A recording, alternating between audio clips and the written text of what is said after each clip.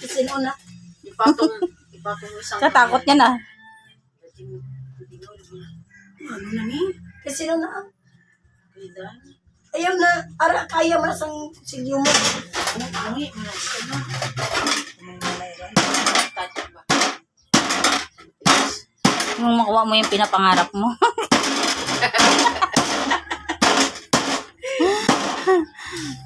Sige. Ang hirap pala. Ang hirap talaga maabot yan. Hindi na matanggal. Ako sa tiktok ko. Okay nang, kaya malapit na yung silyo mo. Walang patawad ba?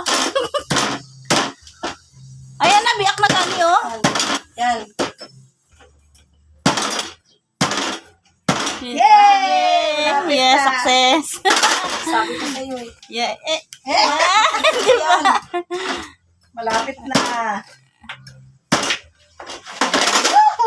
Exciting! Ay, ayan na, nakuha din. Ayan. Sabi ng galing. Sa wakas! Sa wakas, ayan na. Sabi ko sa'yo, marami pa yan. Di ba? Tawag tsaga ko linaga talaga. Ay, Sa wakas, ilang init-init bago na habang. mainit na siya oh. Ilang timpla na yan eh. Saan na ilagay sa wallet? Ano ba yan? Mang Tomas. Hindi. Dinakdakan. Alam mo, nakakain ako ng dinakdakan, yung nabubuhay pa si Kuya nung nasa La Union kami. Kaya noon, mahilig yun sa dinakdakan.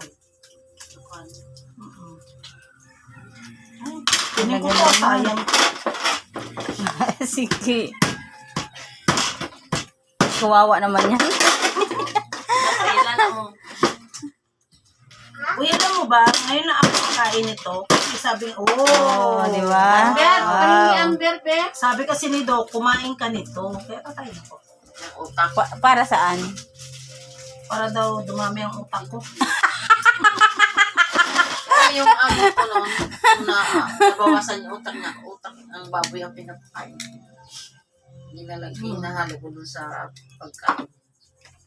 Yung pulang bigas. Red rice. Oo. Para maging, Lasa yun, para Kuya. matalino? Kasi nabawasan yung utak niya na aksidente. Ang laki Ah. ng dito sa ulo niya eh. Na-aksidente sa kotse. Nabangga.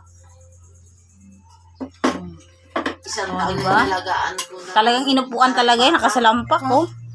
Hindi makapagsalita. Di ba? Dubuda, no? I-upload ko to sa ano. Tumingin ka. Tumingin ka muna. Upload ko to sa ano ko, sa channel. Yeah! Success. Ito na, Ayan, di ba? Ang galing. Ayan na.